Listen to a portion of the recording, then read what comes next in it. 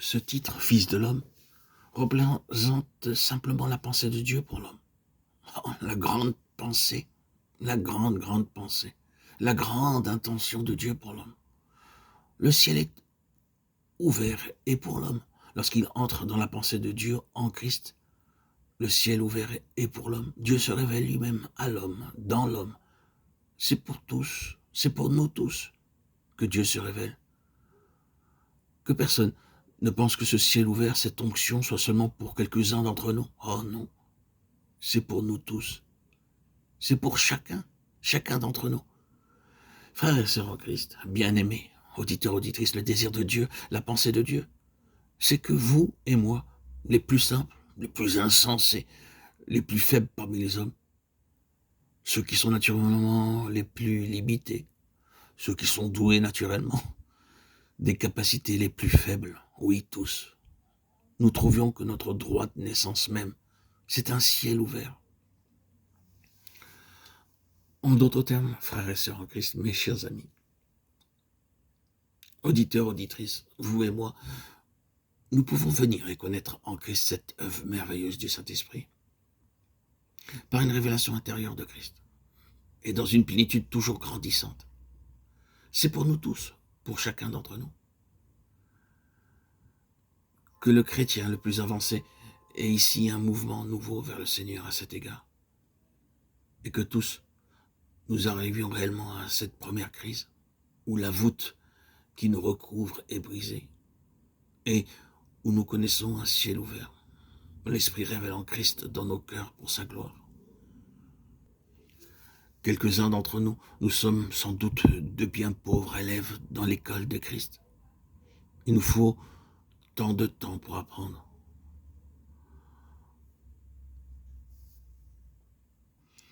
Nous avons essayé, nous avons avancé, et on n'a pas trouvé la nourriture nécessaire pour chercher à se fortifier, pour sortir de notre faiblesse. Rien ne nous a aidés. Nous nous sommes laissés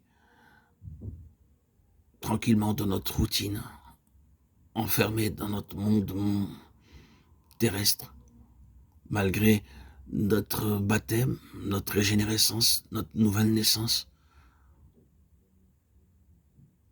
Nous avons délaissé l'Esprit Saint, fermé nos yeux à la bonne nouvelle du salut. Nous sommes sauvés et nous avons été soulagés de nos maux en pensant que cela suffisait.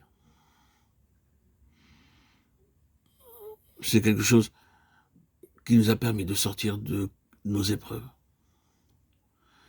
Mais cela n'est pas suffisant. Christ doit être pour nous réellement vivant dans nos vies. Il doit être en nous. Et c'est sur quoi nous pouvons nous reposer avec confiance et assurance.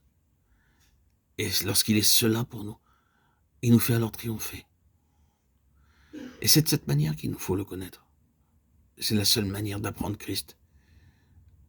Et cette manière est expérimentale, vivante. Laissez Christ triompher en vous. Laissez-lui plus de place. Renoncez à votre moi, à votre ego. Ne soyez plus centrés sur vous-même, mais sur Christ seul.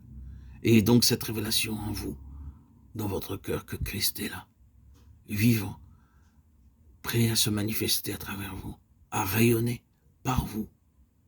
En Christ, vous êtes une créature nouvelle. N'étouffez pas le Saint-Esprit qui est en vous.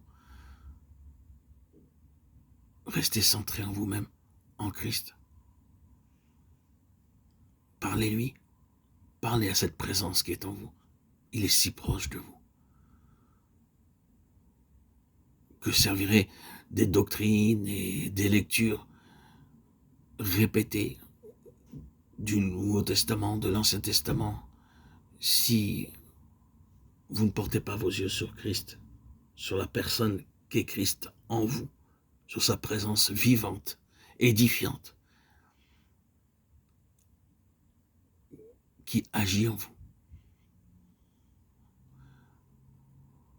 Vous êtes prêt à réciter des textes par cœur, lire des textes par cœur, faire des méditations, toutes les techniques de méditation. Mais vous oubliez l'essentiel. Christ, Dieu vivant en vous, Dieu s'étant manifesté dans votre cœur. Demandez à Dieu d'attendrir votre cœur, d'ouvrir votre cœur à lui, de ne plus être un cœur de pierre, mais un cœur de chair, un cœur vivant, un cœur vibrant, un cœur qui demande à vivre la présence de Christ. Seigneur Jésus, dès à présent, je veux vivre ta présence. Ouvre mon cœur. Fais fondre, casse, brise ce cœur de pierre qui est en moi pour le rendre tendre et doux. Comme tu l'es, doux et humble de cœur. Que mon cœur, Seigneur Jésus, se raffine pour t'aimer et aimer mon prochain. Que ma vie soit de vivre ta présence. Vivre dans mon cœur.